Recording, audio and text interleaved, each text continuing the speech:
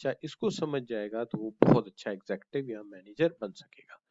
पहली बात ये है कि बात का मैसेज जब भी आता है वर्ड्स के अलावा हम हमेशा नॉन वर्बल कम्युनिकेशन पर बहुत गौर करते हैं कि क्या ये इंतहाई खुशी वाला चेहरा है, ये मुस्तकबिल के मुतालिक मुस्बत खबर वाला चेहरा है, ये बहुत ज्यादा सरप्राइजिंग वाला चेहरा है, नाराजगी वाला चेहरा है, बहुत ज्यादा नाराजगी वाला चेहरा है।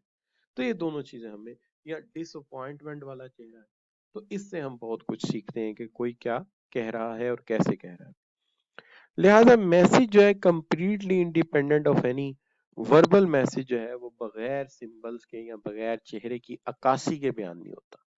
क्योंकि हम इस बात पे गौर करते हैं कि किसी ने दरवाजा कैसे बंद किया है, किसी ने अपना हेड कैसे शेक किया है, और अब सवाल जो है वो क्या है? सवाल आपके साथ ये है कि अगर चेहरा और अल्फाज दोनों में तालमेल ना हो, यानी अल्फाज खुशी के हों, चेहरा दुखी हो, तो आप चेहरे पे जाएंगे या अल्फाज पे जाएंगे? शाबाश, ये है सवाल।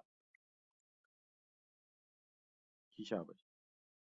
तो आप कहेंगे आप चेहरे पे जाएंगे, इसलिए कि फेशियल एक्सप्रेशन पहले पहुंच जाते हैं अल्फाज से, इससे आप फेशियल एक्सप्रेशन पे पहले जाएंगे। तो हम मान लेते हैं कि will go for facial expression first.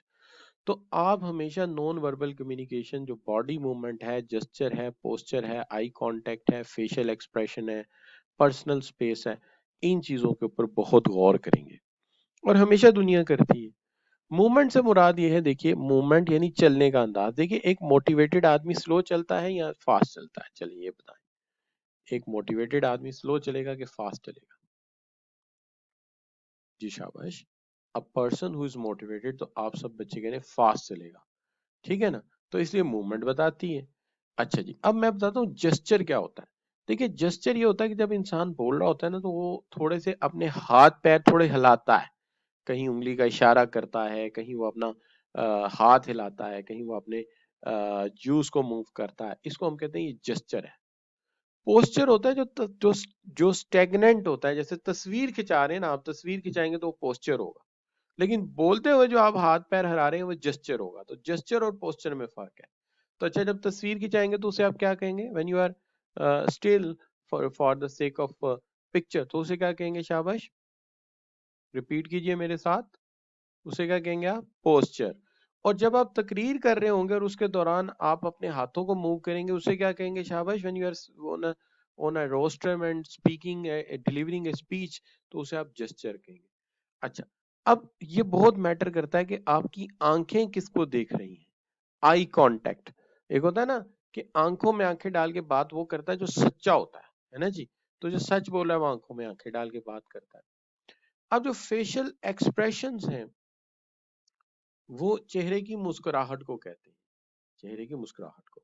और एक होती है पर्सनल स्पेस। याद रखिए, दो एग्जेक्टिव, अगर ये ए और बी एग्जेक्टिव हैं, किसी पार्टी पे यूं खड़े हैं, ठीक है, ए और बी, और ए और सी यूं खड़े हैं कि ये इतने फासले पे हैं, ए और सी, और ए और बी इतने फासले पे है, तो आप बताइए अगली डील ए और सी में होगी कि ए और बी में होगी?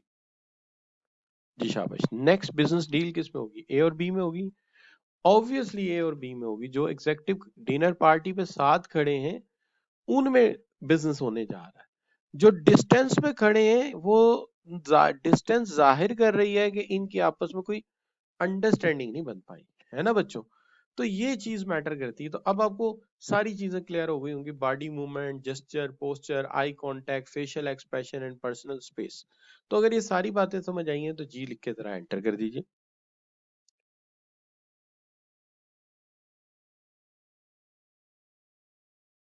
जी शाबाश, गुड हो गया। तो यहाँ पे हम जो है वो बात कर लेते हैं आपके साथ कि ये हो गया आपका चैप्टर कंप्लीट बच्चों। और यहाँ पे आके हम चैप्टर को कंप्लीट समझते हैं। आज इस चैप्टर की असाइनमेंट भी आपको सेंड कर देते हैं और इसके रिमेनिंग क्लिप्स भी सेंड